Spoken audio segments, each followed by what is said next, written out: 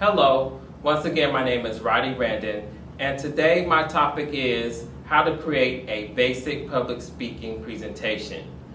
It's important that you understand that I wasn't always confident as a public speaker, so I'm going to invite you to travel back with me to my undergraduate experience that has prepared me for where I am today. During my undergraduate career, I was part of a scholars program titled the Ronald McNair Scholars Program. The Ronald McNair Scholars Program prepared undergraduate students for undergraduate level coursework. One of the requirements of this program was that students were required to conduct research and present their findings in a public speaking format. During this time, I worked with an instructor in the African Studies Department who actually helped me to work on a project that was about the Blaxploitation era and how the themes of the Blaxploitation films, which were films of the 1970s, the themes were recurring in contemporary films of the 1990s. It was a comparative analysis, and I enjoyed the research thoroughly. I actually attended a crash course, and my colleagues had informed me that it was a good idea that you use PowerPoint to present your research findings. I agreed to use PowerPoint, and I was also instructed on the day of my presentation to enter the room early and thumb through the PowerPoint to ensure that PowerPoint was working correctly. I followed the advice of my colleagues on the day of my presentation. The day we traveled to Penn State University, I remember this vividly. I entered the room and I plugged in my disk and I thumbed through my PowerPoint presentation and everything was great. Well, after I was introduced, the first part of my presentation didn't require PowerPoint, so I got through it just great. The second part of my presentation did require PowerPoint. So once I referred to the PowerPoint was frozen. And what did I do? I froze. And as a result, it was noticeable to my audience. I struggled. Every other word was and I can tell that my audience was not getting me. And as if I didn't feel bad enough, the first comment comes from an advisor from New York who actually indicated that I should have spent more time in practicing my presentation. Initially, I was annoyed by her advice, but I actually followed it, and she's the reason why I am here today. Once I attended graduate school in 1998, I instructed 5 sections of public speaking. I loved it. We learned the basics of how to stand in front of people and deliver a powerful message. That's what I'm going to share with you today in hopes that you don't end up in a situation where you are unsuccessful. So, the basics of public speaking requires a 6-step format. But before we jump into that format, I want to tell you a little bit about public speaking in general. Public speaking is divided into 3 major areas. Those 3 areas are delivery, content, and organization. Let's start with delivery. There are 4 elements or 4 areas of delivery. First is a manuscript. A manuscript is a presentation that is written out word for word. We see this a lot from our presidential candidates who are running this time during the year for the upcoming presidential election. The next is memorize. This is where the speaker actually memorizes their thoughts. Third, impromptu. Impromptu is just where the speaker just spouts out random ideas that have been unrehearsed. Finally, extemporaneous. Extemporaneous speaking is a combination, how I like to describe, of the other 3. The speaker is a little impromptu because they're speaking from their own experience and that they have already practiced the presentation. And a bit of it is a little bit involves writing because you prepare for it. And finally, it is a little memorized because you rehearse it so much. So the other three together, but the speaker is prepared with a note card or keywords or phrases that prompt their mind to the idea or the concept that is upcoming in their presentation. So the first area, delivery. The 4 areas that deal with delivery: manuscript, memorize, impromptu, and extemporaneous. Second area of a speech is the content. The content is simply the what. What information are you going to provide during this presentation? It is the support material for your main idea. The content is going to support whatever it is that you're trying to get across to your audience.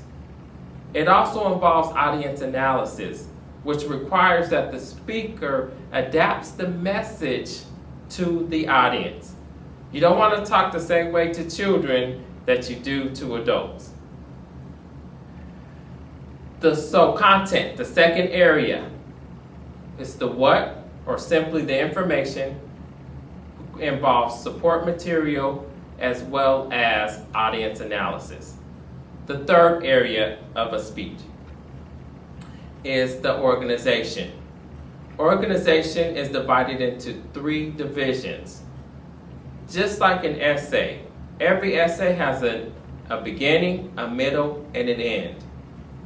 It's no different in a public presentation. So the speaker has a clear introduction, body, and conclusion. In the introduction, you tell the audience what you're going to tell them. In the body, you tell them, and then in the conclusion, you tell them what you just told them. So, organization, 3 logical divisions: introduction, body, conclusion. So let's review. The 3 main areas of a speech is content, delivery, and organization. Let's talk about the 6-step format. The 6-step format is a format that was introduced to me while attending graduate school at the University of Northern Colorado. And this information that I'm providing to you is an adaptation of the information that I had received while receiving my graduate training. The first step in delivering or developing a public speaking presentation is the wake up. The next step is this is important, get this, make the point, so what, clean up. Let's talk about each step. The first step, the wake up.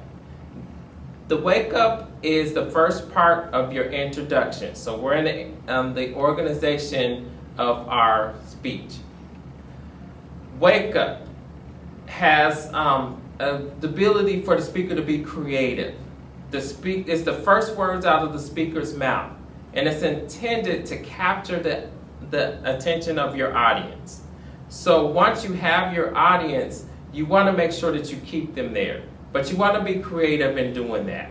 So in order to be creative during the wake up, some ideas may be to tell a story. It could be to tell some statistics or facts, or it could be to recite a poem. You could play music, or even do a dance. Something that helps to capture your audience's attention. The first step of your public speaking presentation is the wake up. Second step of your presentation is the this is important. This is important introduces your topic. It provides the audience with the reason to listen. It also prepares the audience for what's yet to come, what's upcoming in your speech.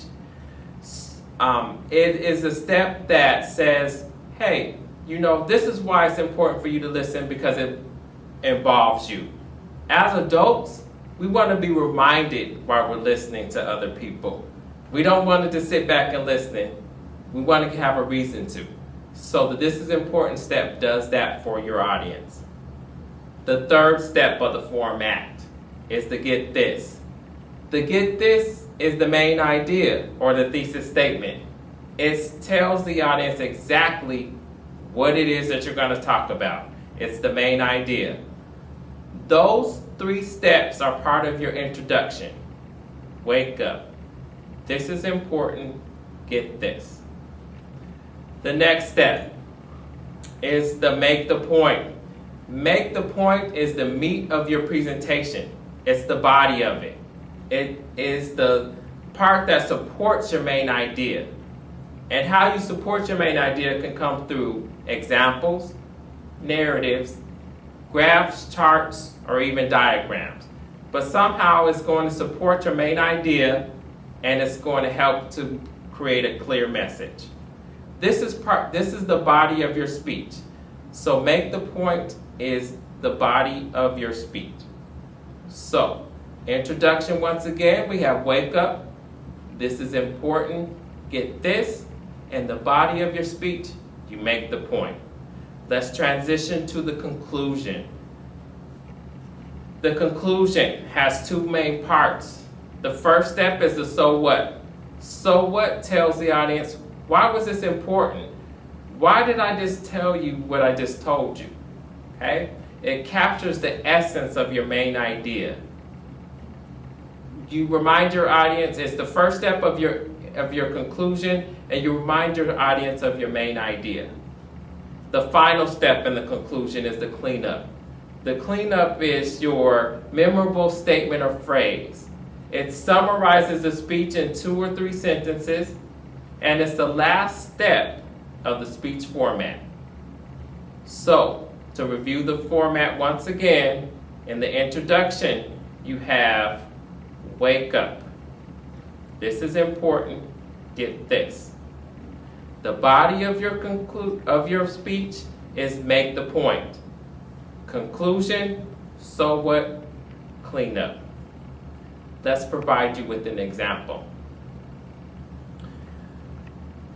Do you know someone that is always there?